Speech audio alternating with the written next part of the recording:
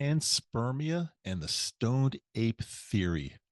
Oh my God, we got some really cool stuff to talk about today on Microdose U. I'm so glad you're here with me. I am Dr. Dave. Welcome. Enter the world of magic mushrooms with Microdose U. Hey there, how are you? Welcome back. Microdose U, Dr. Dave here. When I first started this podcast about probably roughly 3 years ago or so, I never dreamed it would take this type of a tangent into really deep, weird stuff about mushrooms and life and the origin of life and all kinds of weird stuff. But like I've said, on this psychedelic journey that I've been on, microdosing, I mean, the first year, and I didn't set this timetable, but pretty much the first year, these psychedelic mushrooms totally took care of my depression and anxiety. And then the second year, we moved on to becoming more mindful, spiritual, understanding, or trying to understand more what's, what is everything? What's going on? What are we involved? What is this? What is everything? And then the third year, more working on my physical health, which has been like incredibly changed from these mushrooms. And like I told you on the previous episode, just maybe a couple episodes ago, it's not that the mushrooms themselves made me feel better physically every day, but they got me interested in certain things about my body and about health that I learned that then in turn has increased or improved my physical health in a big way. But today that's not the topic. The topic today is panspermia, something called, and I never knew about this until just really recently, and I want to share with you. And also the stoned ape theory. You may have heard about this, you may not have, but I'm going to share on my kind of like low level, because like I said, I'm not really, other than being a retired doc, I'm not a scientist. I don't really understand space, quantum physics, all the really deep stuff that you got to be like a genius to understand. I don't really understand it, but I understand it maybe at a low enough level to kind of explain it to you, what I've been reading, what I've been immersing myself in. It's quite wild. I just want to make sure, if you're brand new to me, make sure you check out the show notes on every episode. I've got links in the show notes here that will help you further your studies into psychedelic mushrooms, or whatever you want. And there are ways that we can help you. I can help you one-on-one if you're so inclined. You don't have to, but there are ways we can do that as well. And also my website, microdoseu.com. And it's simply microdose with the letter U on the end of it, microdoseu.com. Check that out. Got some really good resources there. So we got a lot of stuff to help you all. A lot of stuff. I can't speak today either. A lot of stuff to help my nakama. And if you're not sure what nakama means, look it up in a Japanese dictionary, English Japanese dictionary. Just, you can spell it out in English, nakama, and you'll figure out quickly that we're all together. We're colleagues. We're a tribe. We're family. We're friends. That's kind of what nakama loosely translates to in English. Okay, but anyway, the subject for today is panspermia. We'll start with that. And it's a theory, it's a scientific theory that mushroom spores, so spores of the, spores of the little kind of, it loosely seeds. They're not really seeds, but they're kind of like mushroom seeds. To put it again, I like to put things in really simple terms. The theory, or the thought process, is that these spores or seeds are not just confined to the planet Earth, but they're all over the universe. They're just like spread. They're all over the place. Kind of like, think about this. Like, on the planet Earth, everything is based from seeds, and from seeds. Like, you eat a watermelon and you spit black seeds on the ground, and then more watermelon trees for. I know they're not trees; they're vines, right? But you know what I mean. Everything's based on seeds. I mean, especially this time of the year, there's pollen, which means like the trees and the vegetation, they're spreading their seeds everywhere, all over the place. And we as animals, humans, and all types of animals spread our seeds, and that's how we procreate, and that's how there's life on the planet. It just keeps going, and so it's all about the seeds. But if we ever think that seeds are just confined to the planet Earth, I mean, I think it's kind of narrow thinking. Because think about this: panspermia is the concept that these spores are so hardy and non-destructible, they can withstand the forces of intergalactic or interplanetary travel. Picture that. Just pretend it's like a big video game, and these spores are just like all over the place. Everywhere you go, there's spores floating around in the air, the universe. And the reason I'm saying that this panspermia theory is that spores are all over outer space is because people think that they latch onto to different vehicles, if you will, not rocket ships. Although it's been shown that I think on space stations that there's been mold growing, which of course mold originates from spores, right? So it's another, not, I wouldn't say proof, but another kind of like validation that these spores are not just confined to the planet Earth, but they're everywhere. So just imagine the spores. It's like a big video game. Spores are floating around everywhere, and what they do, they latch themselves onto, uh, things like meteorites, uh, things like that. And when there's a big explosion, it's kind of like these seeds are being thrown and projected all throughout the universe. And they travel, sometimes they travel like light years away. But the thing about spores is that they're so strong and so hardy that they can actually bury themselves inside of a meteor. And when you think of a meteor, meteors are really, really hot on the outside. But I did a little bit of research into this, and the inside of a meteor, it's actually cool. It's not hot.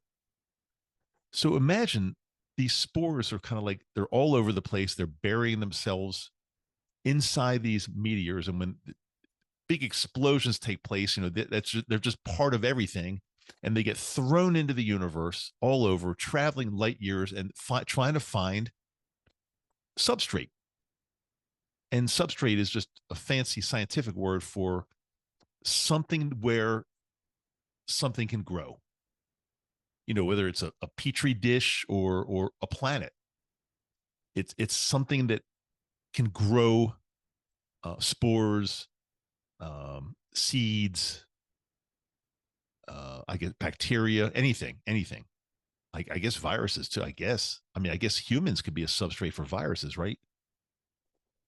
But my point is, this is like just one big explosive video game. Imagine, and I wouldn't have been able to imagine this pre-microdosing. So microdosing and using psilocybin just kind of expands the brain, and it allows me and you to imagine things that we possibly could not have even imagined before. Now, I didn't come up with this theory, panspermia. I mean, very smart people are talking about this that, don't know me and I don't know them, but they're talking about it. They've been talking. It's not new. It's been talking about it for quite some time now. But it seems like it's becoming a more and more accepted theory that mushrooms, or the precursors to mushrooms, spores, are not just from planet Earth, but they're all over the place. And it's not just a coincidence that we've got these mushrooms growing on our planet because they were given to us from some type of intergalactic travel. And it sounds really weird, and you might think I'm a wacko now. I don't know if you do or don't, but I'm not a wacko. I'm just somebody that my mind's expanding, and I'm trying to figure out everything, like what's going on. But a couple episodes ago, I did something on, are we living in a simulation? And if we're living in a simulation, does it make sense that all these things are happening in the universe? Like spores are being tossed around from, light year, being thrown, in light years away from where they originated, and who even knows where they originated. But it doesn't really matter if we're in a video game or a simulation or not, because it's happening anyway. So it doesn't really matter. Like I was talking to somebody the other day that I work with. One of the people I'm helping with what's going on in his life, actually, and he asked me if I think that we have like free will. Like, can we, like, is everything we're doing in our lives, is it pre-programmed? Like some people believe it is pre-programmed, that we don't have free will. And my answer to him was, well, it doesn't really matter, because even if we believe that we have no free will, that everything's been programmed, does that mean you're going to stop making decisions and stop having goals and stop like moving towards things that you want to see happen in your life? No, you're going to live your life exactly the same way. So it doesn't really make any difference whatsoever. Like it doesn't make any difference if we find out we're in a simulation, which I think we might be, but it doesn't change anything inherently, because we still have to live our lives. We can't just say, oh, I'm in a simulation, so I'm just going to do everything differently now. No, we're going to live our lives the same way.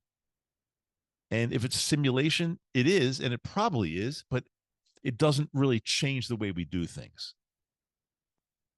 So think about this. Think about panspermia. These spores are being thrust all over the universe and probably beyond, maybe into different universes. I can't even comprehend that part. But they're like seeds. They're like seedlings being thrown around, and many of them have landed on Earth. Thus, or therefore, mushrooms, fungi, mold are born. It's just not a coincidence. And mushrooms are not a coincidence at all either. There's a purpose, there's a reason mushrooms, and in particular psychedelic mushrooms, there's a reason they are here on our planet. There's a reason.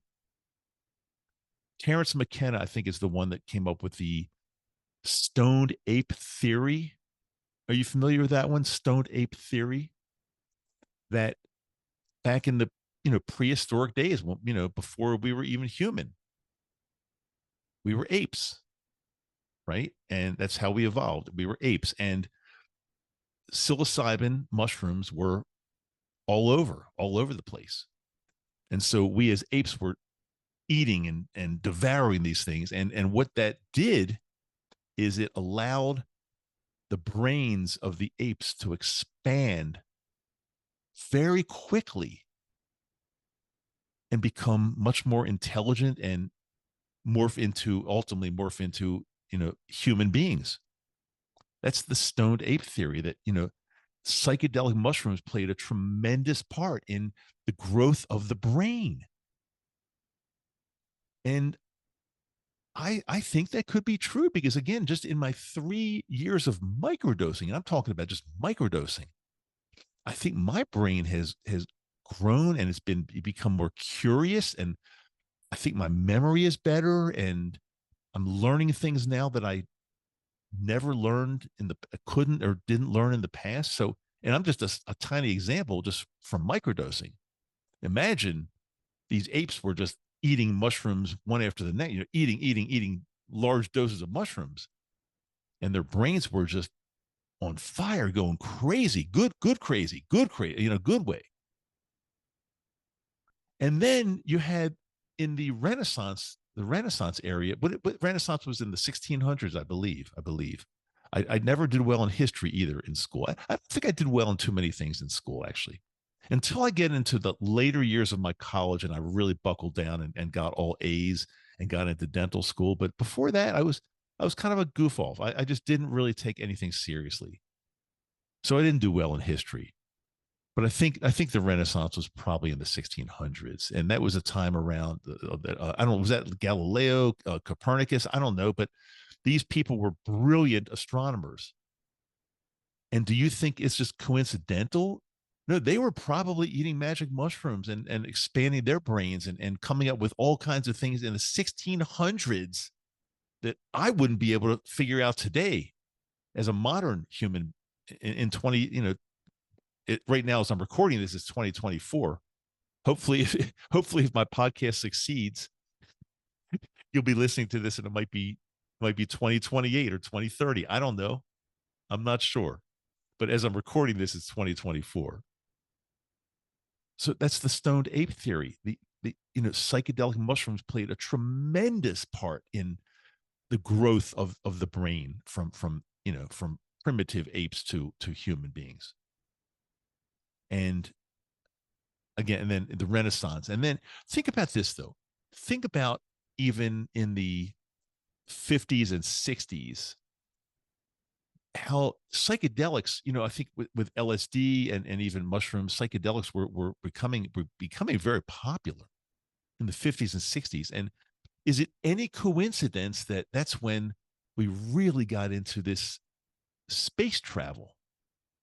When was it? 68, we landed a man on the moon. Before that, we were, shooting off rockets into space with, some were manned. But then think about this. Why did it all stop? Why did we lose interest? Well, did it have anything to do with the quote unquote war on drugs where, drugs, psychedelics became illegal, bad? You get a heavy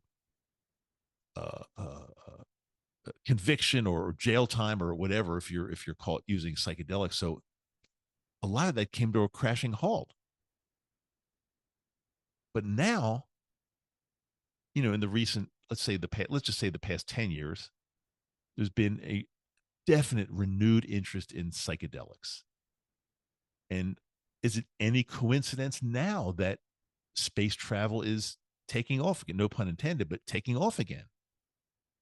I mean, Elon Musk he's admitted that he thinks psychedelics are great for mind expansion and the brain. And so he came up with SpaceX, and now the space program is back on again. I don't know if it's coincidental or not, but it's something at least to really think strongly about. Psychedelics are mind expanding.